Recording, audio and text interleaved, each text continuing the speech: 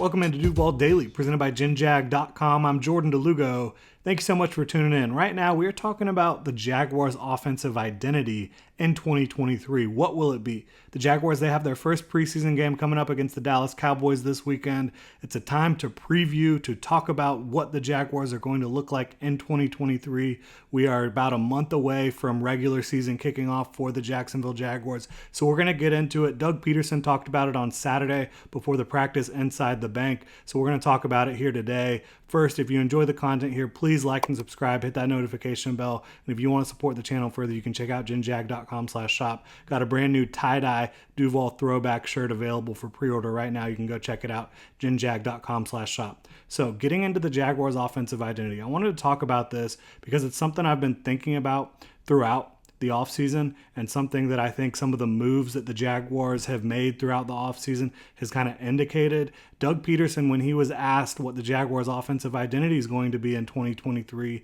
he said fluidity, week to week, game to game, drive to drive, the ability to change, the ability to be multiple, to present one thing to a defense one week and the next week be able to present an entirely different problem to opposing defenses. And I think that is awesome from Doug Peterson. That is exactly what you want to hear in the modern NFL, because defenses and defensive coordinators, it is so much easier now to get a book on what an offense wants to do. And likewise on the other side of the ball, right? Offenses can get a book on what defenses want to do. It's very easy now for these teams with analytics, with these different programs and platforms that are available to them to pull up third and long, what does this team do? Third and short, what does this team do? So if you're a team that can present multiple different personnel packages, multiple different looks that can look the same, and you present different problems from those looks and do a lot of different things. But I think talking about the Jaguars' offensive identity and starting with fluidity, I think is absolutely awesome stuff from Doug Peterson. It is critical, in my opinion, in today's game. The modern philosophy on both sides of the ball needs to be fluidity. Unless you just have a team that's full of all pros, like the Cincinnati Bengals, right, on the offensive side of the ball, they don't do a lot of different stuff. They don't present a lot of different problems for defenses. They just do what they do really well, right?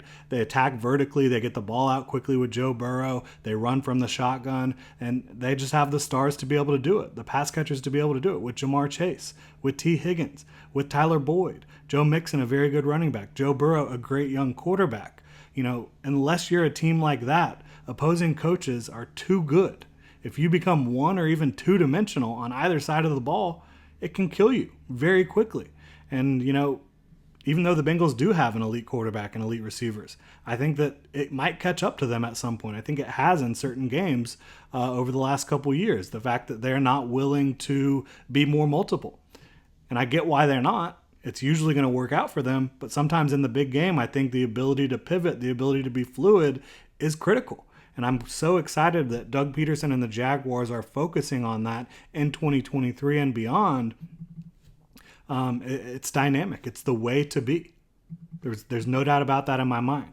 And I don't think it's just talk from Doug Peterson. Sometimes you hear coaches saying things and it's just coach speak. I think some of the actions that the Jaguars have shown this offseason indicate that this is not just an idea that Doug wants to think about. It's exactly what the Jaguars are going to be able to do. They want to have more ways to win on offense, more ways to pivot and stay fluid, as Doug said. Last year, they relied mostly on Trevor Lawrence's ability to steadily guide the offense down the field thanks to a lot of designer looks, you know, manufacturing open space for the receivers, thanks to Doug Peterson's bunch formations, his shifts, his motions, his RPOs, his read options, and the like. And then also just Trevor Lawrence being able to go above and beyond the play design for some absolutely dazzling plays every game. You know, 5, 6, 7 unbelievable plays from Trevor Lawrence a game. That was pretty much the Jaguars offense. And, you know, add in Travis Etienne's ability to pick up chunk yardage as well on the ground, absolutely, with the outside zone and with the inside zone and with some gap principles as well, some gap principled runs. Now, I believe going into 2023, they will still have all of that. but now they will also have Calvin Ridley, his ability to stretch the field and his magnetism that he will bring to the field. He's a legitimate 3-level threat, and he can attack deep down the field, and Trevor Lawrence can hit him deep down the field, and you don't have to create that. He can just do that, winning one-on-one, winning attacking zones. And I think all the attention that he will draw due to his ability, again, to be a 3-level threat, to be an elite route runner, to be a guy that explodes off the line of scrimmage and catches a ton of passes, I think that is going to help open things up for everything else, but it gives you that vertical shot that you did not have as much of in 2022, right? He's going to be replacing a lot of Marvin Jones's snaps, and he's going to bring so much more athleticism and talent to that position. You know, nothing against Marvin Jones, but he's up there in age and he's not quite the receiver he once was. And even at his best, he's not as good as Calvin Ridley at Calvin Ridley's best. You also now have the ability to put in more 12 and 13 personnel. Doug Peterson likes to run with 2 tight ends. I think you were able to do that at times in 2022 as well. The Jaguars, they had Evan Ingram, they had Chris Manhertz, they had Luke Farrell and Dan Arnold. But for me, the Jags are going to be much more multiple out of those looks because of the personnel that they have, particularly the addition of rookie tight end Brenton Strange and the way he can complement Evan Ingram, Luke Farrell, and the addition of Garrett Prince, who was a undrafted free agent last year, spent some time on the practice squad, wasn't really quite ready to contribute in year 1 out of UAB. Now you have legitimate options at the tight end position to deploy and attack in a variety of different ways. You can have these guys bunched up on the line of scrimmage. You can have them spread out. Garrett Prince and Evan Ingram can really stretch the field with their speed. Luke Farrell can do a little bit of everything for you. He's more of the Y tight end. And then Brenton Strange, he's going to be replacing a lot of the Chris Manhertz snaps last year. Manhertz was fairly one-dimensional, right? He was a good blocker on the end of the line of scrimmage, essentially a 6th offensive lineman for you, right? With Brenton Strange, that is not the case. He can do that for you, but from that same position, he can be an effective pass catcher. He can be an effective space blocker. And you can also have him lined up in so many different spots. You can have him at the Y tight end spot. You can have him at the F tight end spot. You can have him as an H back. You can have him as a fullback. He can do all these different things, and he did all these different things at Penn State, and he's getting reps doing them in Jacksonville now. He's been catching everything thrown his way in training camp, and I just think there are so many different ways you can deploy your tight ends now that you really didn't have in 2022, and it's not because you didn't have guys that could do some things from those personnel packages, but now you have guys that can do a lot of different things from those personnel packages, and it makes you more difficult to game plan for. So I think the addition of Brenton Strange in the 2nd round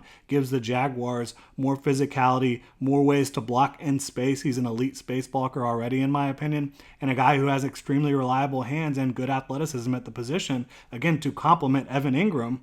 I think you love that. And then Garrett Prince is the cherry on top. This is a guy that's been a touchdown machine throughout training camp. If he can continue that play forward into the preseason and become a package player for the Jaguars in 2023, this offense could soar to even new heights. And then you talk about the running game with Tank Bigsby, right? Travis Etienne, he is an exceptional outside zone runner. He has great speed. What he does not excel at is picking up the tough yardage. He's not a power runner.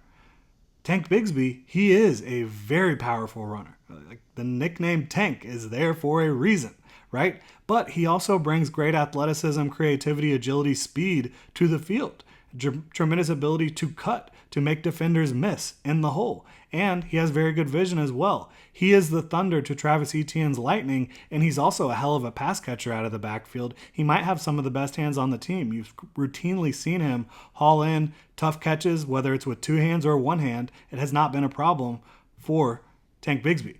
You add in the fact that Trevor Lawrence, Christian Kirk, Zay Jones, Evan Ingram, Jamal Agnew, JaMycal Hasty, who was basically learning on the fly every week last year, just trying to get in the game plan because the Jaguars added him, at the very beginning of the season. He didn't have any training camp with the team barely. And the entire offensive line, all these players are now going into year 2 in Doug Peterson's system. They're not learning throughout training camp. They're building on what they already knew. I think that's going to be huge for their ability to be more multiple and more versatile and more fluid as well. This offense, I think it is going to cook. It's going to be multiple. It's going to be fluid from week to week. They will now have the ability to pivot from drive to drive, from play to play, from week to week. I cannot wait to see it. I think it's going to be absolutely awesome in 2023. I think the Jaguars offense is going to go scorched earth. I think that Trevor Lawrence is going to have, what could be an MVP type season, an MVP caliber season for the Jaguars. The offensive line, I think, is better than given credit for. I think it matters less than it does in most places because of how quickly this offense still will get the ball out. Like the West Coast principles from Doug Peterson, they're not going to the wayside, but there's just more you can do with the personnel that they have added and with what they're going to do in 2023.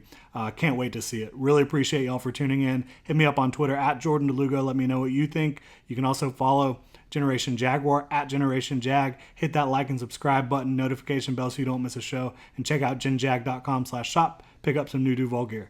Thank y'all so much for tuning in, and have a good one.